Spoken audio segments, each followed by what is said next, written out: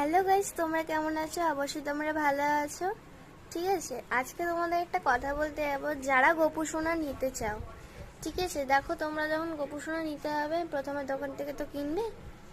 দেখো যার যেটা নিয়ম, ঠিক আছে, যারা বড় কিনবে তারা বড় ছেলেদের মতো রাখতে হবে। যারা ছোট কিনতে চাও তারা ছোট ছেলেরা যেমন থাকে তেমনি ভাবে রাখতে হবে গোপু সোনাকে, ঠিক আছে। আর গোপালকে 4 বেলা খেতেও দিতে পারো, 3 বেলা খেতে দিতে পারো। সেটা যদি নিয়ম করে দাও একবার, সেটা কিন্তু নিয়ম হয়ে যায়, ওটা কিন্তু ছাড়া নিয়ম হয় না, ঠিক আছে।